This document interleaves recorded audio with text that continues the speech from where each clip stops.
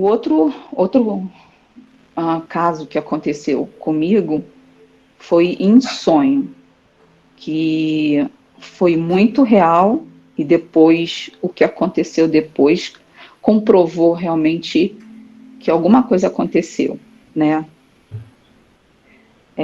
Foi assim. O, o meu, eu gostava muito daquelas estatuetas de carranca. Você sabe, carranca, que é a Carranca, no Rio escultura. São Francisco. Isso. Eu achava muito lindo isso, como era esculpida na madeira, a pintura. Então, assim, eu Aquelas não. bocas, né, com o dente grande, a língua Isso, vermelha, os olhos. isso, eu achava aquilo lindo. E como a gente tinha mudado de um apartamento, eu queria fazer uma decoração diferente, uma coisa bem bonita na casa. E isso, aí o meu marido sabia que eu gostava dessas coisas, eu gosto muito de artes, né? Como eu já te falei sobre a minha vida. Ele foi e me fez uma surpresa. Ele foi em São Cristóvão, não sei se você sabe, uma feira que tem em São Cristóvão do Nordeste. Não, não conheço. Tem, no Rio de Janeiro, existe até hoje. Né? Eu estou em Minas Gerais, mas como eu vivi a minha vida praticamente toda no Rio de Janeiro, né? Então, nós íamos muito lá, porque tinha comidas típicas. E lá ele comprou essa carranca para mim, que era mais ou menos enorme. Era esculpida num tronco de árvore. Então era super pesada. Ele foi com o amigo dele, comprou para mim fazer surpresa, né? E aí ele levou a carranca para casa. Eu fiquei, nossa, era tudo que eu queria, era o que estava faltando, essa peça na minha sala. E daí eu coloquei na minha sala de jantar. E eu assim, eu em casa, a minha casa era impecável, eu cuidava do meu filho muito bem, da minha casa, e tudo sempre muito limpinho. E quando ele viajava, eu limpava mais ainda, porque quando ele regressasse, nós também, a casa já estava toda arrumadinha, né? Então, nessa viagem que ele foi, ia ficar 2 dias, né, que ele sempre ia a trabalho, eu fui para casa dos meus pais. E lá, à noite, fomos dormir e eu tive um sonho. Para mim foi um pesadelo aquilo. Eu já me vi dentro do meu apartamento, nesse apartamento, né, que eu estava novo, decoradinho, com a carranca que eu sempre quis e tal. Eu me vi lá com o meu pai e algo de ruim estava acontecendo ali dentro. Lá dentro do apartamento estava acontecendo um vendaval. Era cortina voando, sabe, como se tivesse uma tempestade, sei lá, dentro do apartamento. Sim. E o meu pai começava a rezar o Pai Nosso. E eu começava também, a gente tinha que rezar juntos, em sintonia. E não conseguíamos rezar em sintonia. Eu pedia para o meu pai parar de rezar para eu começar. E ele não conseguia também, a gente não tinha essa sintonia. E era importante ter a sintonia dessa oração. E nisso, quando eu vejo pela janela, essa carranca tentando entrar pela janela, eu sentia que tinha algo ruim ali. E a gente tentando rezar e ela tentando entrar e o vendaval dentro de casa e eu pedindo ao meu pai para começar e que a gente ia começar junto e não dava certo. Eu sei que eu acordei chorando, rezando o Pai Nosso, todo alto. Aí meu pai veio correndo. A essa altura, a carranca já estava no seu apartamento? Já estava no meu apartamento. E você estava na casa do seu pai, né? Isso, foi um pesadelo. À noite, de madrugada, isso, Sim. acordei. Aí eu chorando, abracei meu pai e falei, pai, olha, tremendo, chorando, toma aqui a chave de casa. O senhor amanhã, assim que o dia clarear, o senhor vai lá, tira aquela carranca de lá, pelo amor de Deus. O senhor vai fazer isso, o senhor promete? Aí ele, prometo, minha filha, eu vou. Ele não dirigia, pegou um táxi. Falei, toma aqui, eu faço questão, toma aqui o dinheiro do táxi. O senhor vai lá. Vai ser a primeira coisa que o senhor vai fazer.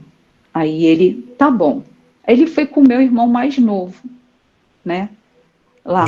O apartamento que eu morava era o segundo andar. Então, quando ele entrava pela portaria, tinha lateralmente uma escadinha que subia, uma janela e a porta, a primeira porta e a segunda porta.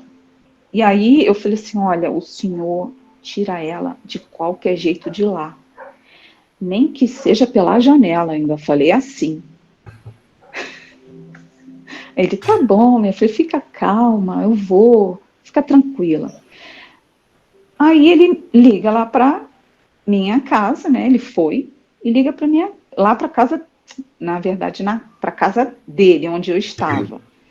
E aí ele liga, aí ele fala, ô minha filha, você me deu a chave errada, a chave não está abrindo as portas. Eu falei, não, é essa a chave. Ele não é. Aí passou pro meu irmão, eu falei, fulano, você conseguiu abrir? Não estamos abrindo, não estamos conseguindo abrir. Aí eu falei, quebra o cadeado, tira aquela carranca pela janela. Aí essa janelinha lateral, que tinha as escadas, ele quebrou o cadeado. E essa carranca foi tirada pela janela. Quer dizer que ele entrou no apartamento pela janelinha. Pela janelinha, por onde saiu a carranca. E aí, dentro de casa, estava uma bagunça. E ele falou, minha filha, aqui, depois, né, não no telefone, mas depois ele veio conversar comigo, falou, tava tudo uma bagunça. Eu falei, impossível, eu deixei tudo arrumado, aí eu fiquei mais assustada ainda. Eu falei, o senhor tem que desfazer essa carranca o mais rápido possível. E aí ele pegou num táxi, levou essa carranca. O meu pai gostava muito de tomar uma pinguinha, sabe? E aí ele parou no bar de um amigo dele. E o amigo dele olhou aquela carranca, ficou apaixonado.